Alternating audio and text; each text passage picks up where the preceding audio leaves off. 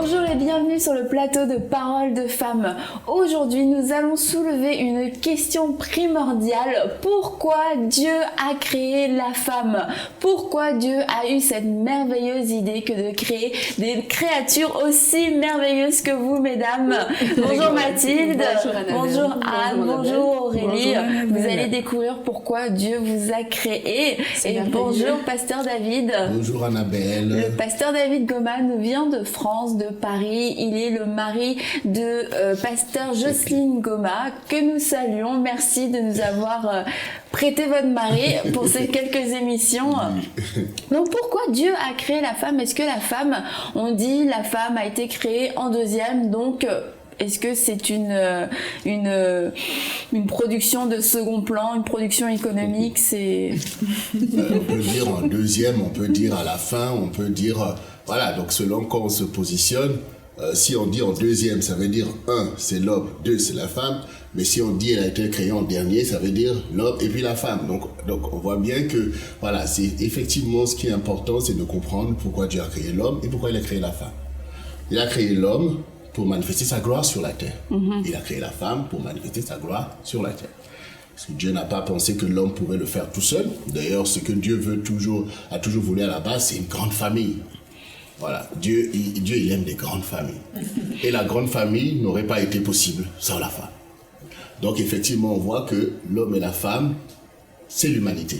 Voilà, c'est déjà cet objectif qui est un objectif noble et louable. Aujourd'hui, nous sommes dans des nations, on est content d'être ensemble et tout ça parce que l'homme a poursuivi cet objectif quand Dieu dit multiplier. Et donc voilà, il y a déjà cet objectif. Mais on voit aussi dans l'intention de Dieu, quand il dit « n'est pas bon que l'homme soit seul, je lui créerai une aide semblable à lui ». On voit bien la volonté de Dieu d'aider l'homme à accomplir sa volonté. C'est-à-dire qu'au jour d'aujourd'hui, chacun veut faire sa propre volonté, mais on est là pour faire la volonté de Dieu. Et quand on se mesure à la volonté de Dieu, là on a besoin d'aide. Donc je remercie le Seigneur d'avoir créé mon épouse. Donc je vois déjà que c'est une très très bonne chose. Voilà, la femme effectivement n'est pas n'importe qui. La femme c'est une personne au contraire qui sublime l'homme. Voilà, quand on dit que la femme est la gloire de l'homme, c'est pas quelque chose de péjoratif, c'est pas quelque chose de mauvais. Au contraire, c'est-à-dire l'homme se voit dans la femme. L'homme voit sa gloire dans la femme. Et l'homme doit y participer aussi. Parce que cette gloire, le diable vient contre ces choses. Le diable vient pour piller. Et donc, au travers de notre émission, je pense que les hommes aussi doivent comprendre que la femme doit être restaurée dans son identité, d'être la gloire de l'homme, c'est-à-dire une personne qui reflète quelque chose de glorieux, de bien. Et donc, quand la société peut atteindre la femme dans tous les challenges qu'elle peut rencontrer, l'homme ne doit pas se croiser les bras en disant « bon, ça l'apprendra ». Non, faut que l'homme comprenne, participe à l'épanouissement de la femme pour que la femme puisse être dans l'intention de Dieu, c'est-à-dire une pourvoyeuse de vie, celle qui rend l'homme meilleur, voilà, une femme remplie de l'esprit et qui est capable d'apporter la révélation de Dieu dans la marche effectivement de la société. Mais quand on parle de pourvoyeuse de vie, est-ce que ça veut dire que la femme a pour seule et unique mission que d'être une machine à bébé? déjà le terme machine, voilà, ça veut dire que le côté d'enfanter est bien sûr quelque chose de glorieux, de vital pour l'humanité, mais pour la vie, c'est tout ce qu'on a besoin. Pourvoyeuse de vie, ça veut dire que la femme va apporter la joie, la paix, le bonheur, c'est ça la vie. Parce que même si on a des enfants, mais si on est en crise, donc il n'y a pas la vie. Quand on voit la femme vertueuse, voilà, on voit bien qu'elle amène la vie. On voit bien qu'elle apporte économiquement quelque chose. On voit bien. Donc la vie pour Dieu, c'est ce qui est le bonheur de l'homme, l'épanouissement de l'homme. Donc la femme ne peut pas servir qu'à enfanter. Quand elle le fait, c'est une grande bénédiction et elle doit le faire avec joie parce que c'est la volonté de Dieu et que la société avance comme ça. Mais elle ne peut pas être réduite à ce rôle. Ce serait quand Dieu dit n'est pas bon que l'homme soit seul, c'est pas parce qu'il n'a pas vu d'autres hommes, c'est bien parce qu'il ne voit que dans la poursuite du leadership qu'il lui a donné, de dominer sur les animaux, d'assujettir la terre. Il ne pourra pas le faire tout seul et donc la femme est là pour être avec l'homme à la gloire de Dieu. La femme, au contraire, dans nos sociétés aujourd'hui, la femme a contribué à l'essor de la société, au développement de la société. L'intelligence de la femme n'est pas quelque chose qu'on peut négliger. Voilà, les femmes, même à l'école, ça se voit aussi. Quand on prend dans l'école, quand la femme s'y met, on voit bien qu'elle a des facilités, en fait. Donc, vous ne serez pas nécessairement d'accord avec ceux qui rabaissent la femme et qui disent que la femme serait comme un être inférieur. Mais ceux qui le font, ils doivent être conscients qu'ils font le travail de Satan. Mais bien sûr, c'est pas le travail de Dieu. Maintenant, Dieu ne peut pas faire une œuvre aussi parfaite que la création de la femme pour après mépriser. Donc, ce n'est pas la volonté de Dieu. Vous savez que quand Jésus a été rejeté, nous devons comprendre comment l'humanité s'est corrompue. Voilà. Mais l'image de Jésus, qui se bat pour l'humanité, qui souffre, qui est rejeté, montre bien que la volonté de Dieu n'est pas accomplie sur la terre. Et Pasteur Denis, je veux savoir, vous l'avez dit, mais je veux que ce soit plus explicite. Est-ce que la femme est forcément rattachée à un homme? Toute femme sur la terre, est-ce que... Alors, donc, en fait, ta question, c'est de savoir dans le plan parfait de Dieu. Alors, le mariage, effectivement, a reculé. Mais le mariage, tout ce que vous lisez dans Genèse 1 et Genèse 2, c'est ce qui est parfait.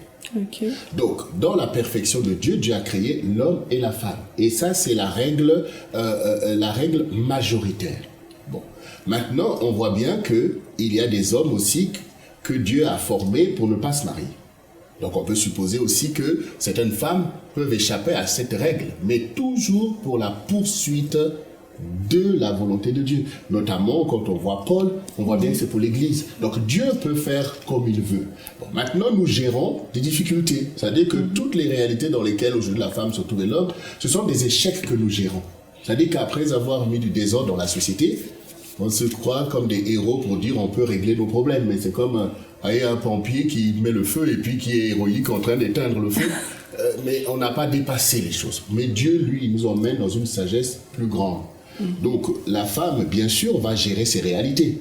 Donc elle ne va pas, quand elle est seule, elle ne va pas se mépriser. Elle ne va pas ne pas pouvoir vivre.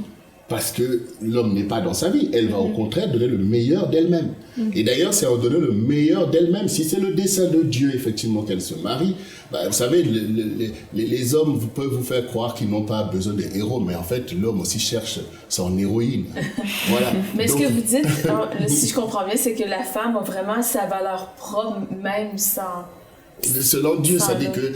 Oui, mais quand Dieu veut le mariage, ça c'est clair.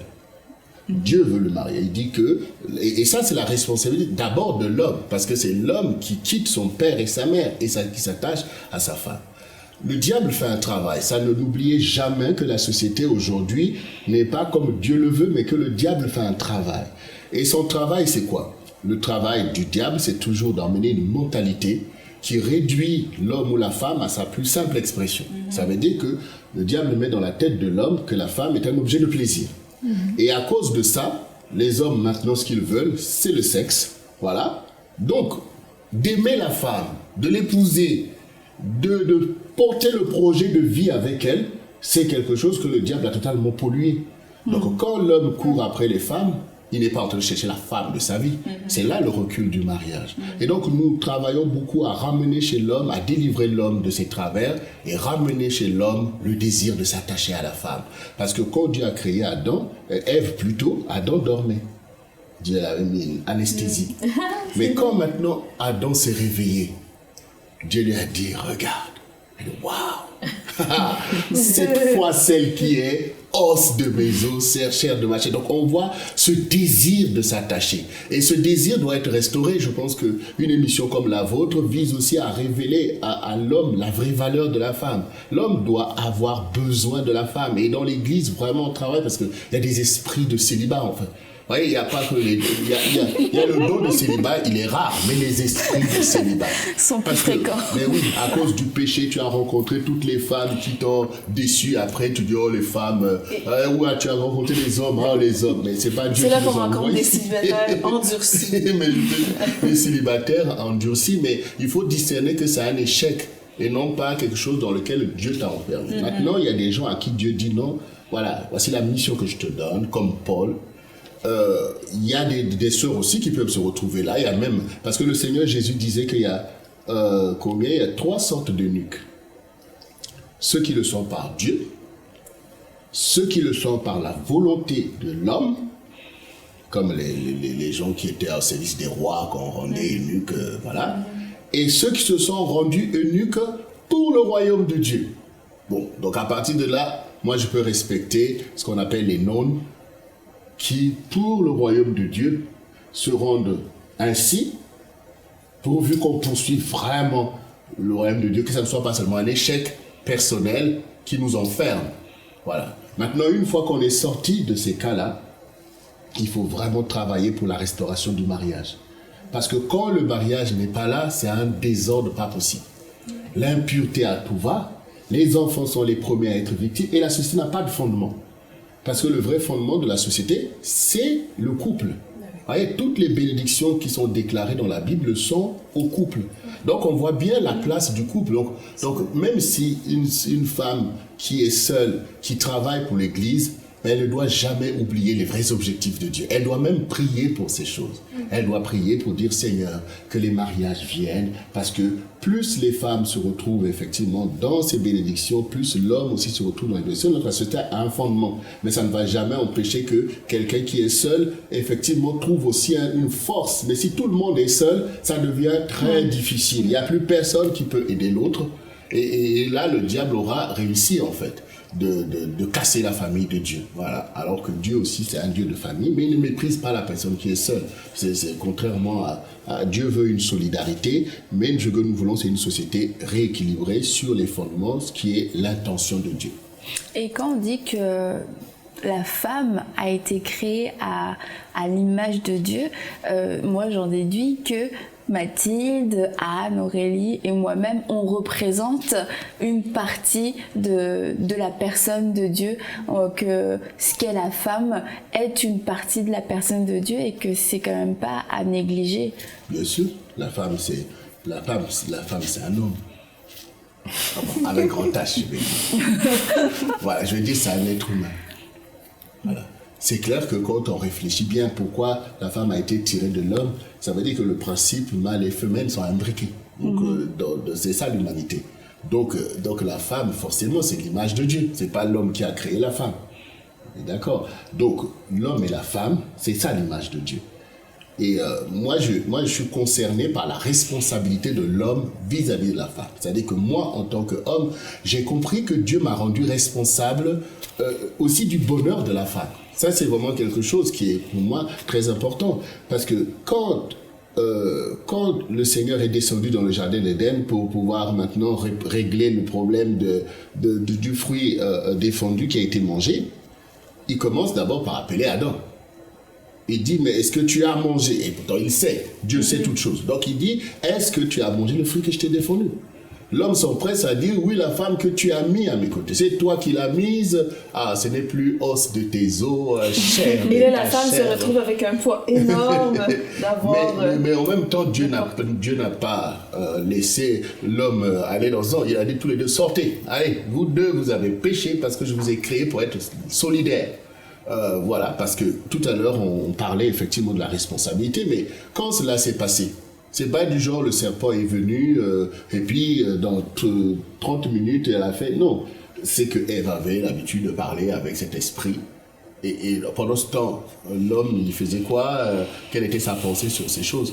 Donc c'est pour ça que je disais que je ne considère pas que la femme doit faire ses affaires, l'homme doit faire. Ensemble, on doit travailler à la restauration de la société. Donc oui, c'est très important. La femme est une personne unique, importante. Et l'homme doit le comprendre parce que c'est pour le bien de l'homme.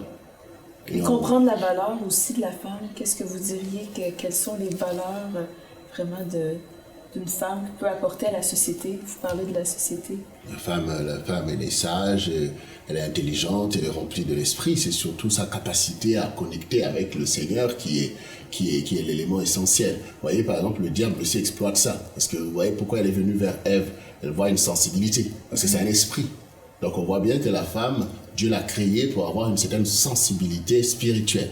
Donc quand cette sensibilité spirituelle est mise dans un bon cadre, par exemple quand je prends l'exemple de mon épouse, dans la révélation du centre du réveil chrétien et tout, mais je bénis le Seigneur, aussi de sa capacité à recevoir des songes, des visions, des choses qui nous montrent parfaitement la volonté de Dieu. Cela se conjugue avec ce que je reçois. Quand nous faisons quelque chose tous les deux, c'est là que ça atteint une perfection que si je le faisais tout seul ou que si elle le faisait tout seul. Donc, le diable attaque l'humanité. Et quand il attaque l'humanité, c'est de séparer l'homme et la femme. Et Jésus est venu pour restaurer.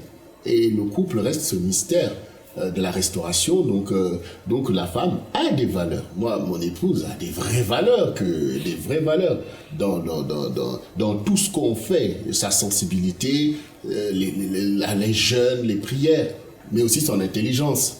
Voilà. On n'est pas en train de faire des choses où il n'y a que moi qui... Non. Va me dire que mais non, mais chérie, là c'est pas bon si on fait... Donc, quand je suis à l'écoute, j'en bénéficie. Mais si je me dis, c'est moi l'homme, tout ça, en fait, je me trompe moi-même.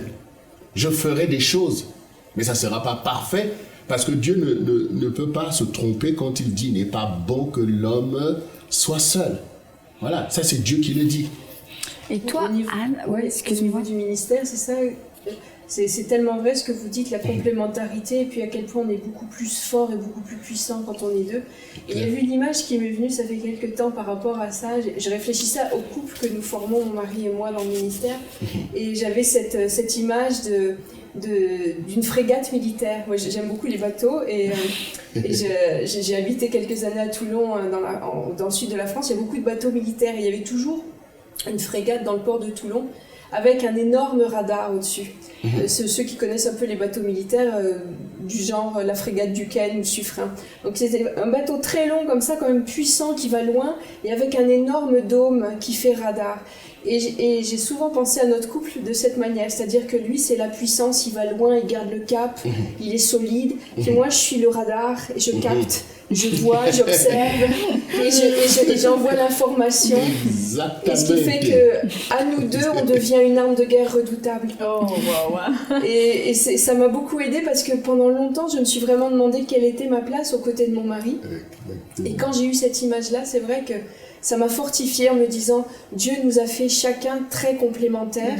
Et le ministère qui est une œuvre de combat, on va combattre dans les rangs ennemis, il faut être réaliste, et on est devenus tous les deux ensemble une arme de combat redoutable.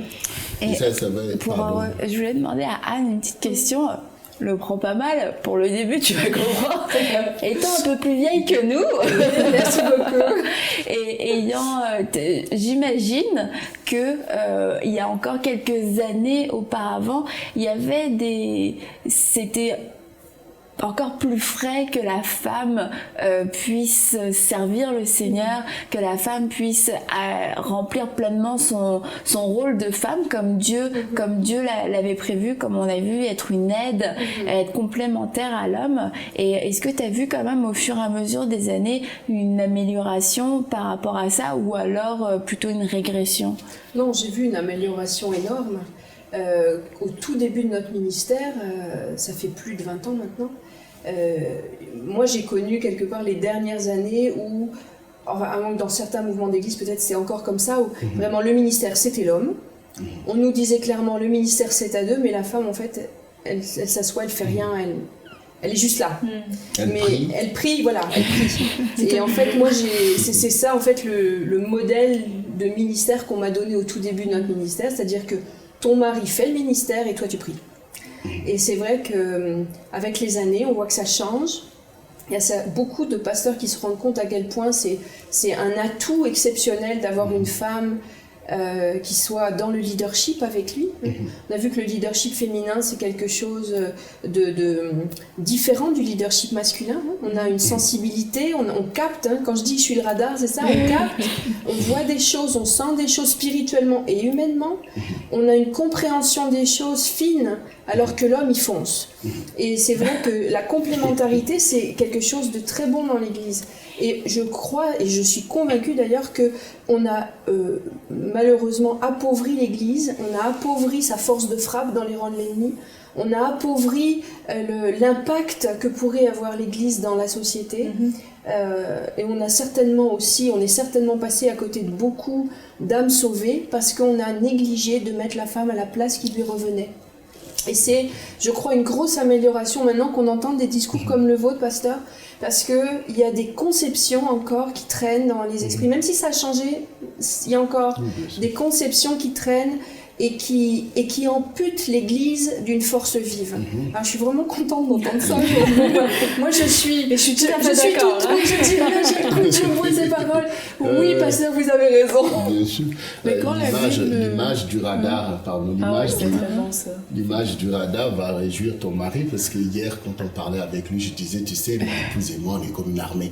Et du coup, tout ce que tu disais, oui, bien sûr, non, mais nous devons comprendre la vocation de l'Église.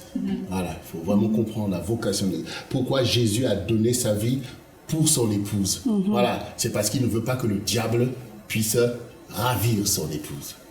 Et dans la société, beaucoup d'idéologies nous éloignent les uns les autres. Voilà. Donc, ce qui est important, c'est la complémentarité. Exactement ça. C'est de retrouver ce que Dieu avait fait avant. L'homme et la femme, ensemble, vivant leur vie, cherchant le bonheur ensemble. Donc, quand la femme est laissée de son côté, le diable trouve l'occasion de manipuler. Quand l'homme est seul de son côté, l'orgueil, voyez, l'orgueil. Alors que Dieu dit que c'est pas bon que tu sois seul. L'humilité, c'est ce qui nous permet de marcher dans la volonté de Dieu. Et je crois vraiment, j'approuve totalement ce que vous dites, pasteur, et ce que Anne tu disais. Je pense que la femme vient comme pondérer un peu vraiment, puis rajouter vraiment beaucoup. L'Église a beaucoup à bénéficier de ce que la femme a à apporter, le radar. Je peux vous dire, souvent dans des situations, mon mari et moi, qu'on affronte ou qu'on gère dans l'Église, eh bien, souvent, je ressens des choses que mon mari ne ressent pas nécessairement. Et puis, en bout de ligne, des fois, après quelques jours, quelques semaines, des fois, c'est des mois, eh bien, j'avais raison. Je te l'avais dit. Et mon mari est de plus en plus sensible à ce que je ressens, ce que je perçois. Et vraiment, et comme de raison, on est guidé par l'Esprit de Dieu. Et moi, j'ai même entendu que même dans des couples qui ne sont pas chrétiens, il y a des gens, la femme a souvent ce qu'on appelle un sixième sens, qui fait en sorte que quand l'homme il est logique, il est clair, 1 + 1 = 2. C'est ça. Et il prend une décision, mais après on se rend compte que la femme avait raison juste avec son sixième sens. Donc c'est comme quelque chose que Dieu a mis vraiment pour la femme. Il ne faut juste pas attendre qu'on en soit à l'étape de haha, je te l'avais bien dit. C'est quand même mieux dès le départ que l'on reconnaisse. C'est vraiment l'intelligence. Dieu donne, quand on se soumet à Dieu, quand on cherche la volonté de Dieu, Dieu nous donne l'intelligence du plan de Dieu. Et dans le plan de Dieu, effectivement, Dieu met l'homme et la femme, c'est avantageux. Donc, cette intelligence-là, on doit l'accepter, on doit se soumettre les uns aux autres, on doit assumer un vrai leadership, c'est-à-dire que Dieu veut qu'effectivement l'homme prenne sa responsabilité. La femme a besoin d'être protégée par le leadership de l'homme. Le diable amène la rivalité. Et ça, c'est le piège. Il ne faut pas tomber dans ce piège-là. Dans le couple, le Seigneur met une jointure, un attachement qui ne doit pas être affaibli par les considérations et tout. Et le couple est une identité à part entière. C'est-à-dire que le couple... Voilà, ce qui est important dans l'Église aussi, c'est l'image.